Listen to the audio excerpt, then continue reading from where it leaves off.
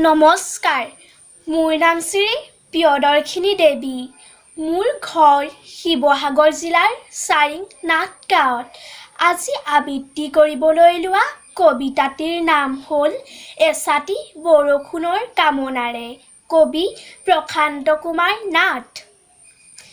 জেঠ মাহৰ 12 কবলত জীৱ-জন্তু, চৰাই-চিৰিকটি, গছ-লতিকা। পানীৰ অভাৱত মৃতপ্ৰায় নদ-নদী। বতৰে পাতিছে ভাঙিছে ডাৱৰৰ ঘৰ। আহোঁ বুলিও অহা নাই আকালৰ বৰষুণ।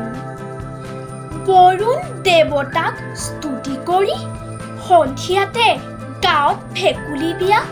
পুৰোহিতৰ মন্ত্ৰ আয়তিৰ উৰুলি। এচাটি বৰষুণৰ কামনাৰে চেঙেলীয়াহঁতে ঢেঁকী লুটিয়াই বাঘ-ধেনু বজাই মাতিছে হাতী কাণ ঘোঁৰা কাণ হুহুৱাই বৰষুণ আন। সকলো নিজম পৰিল মাজ-ৰাতি আকাশ মেঘাচ্ছন্ন হ'ল।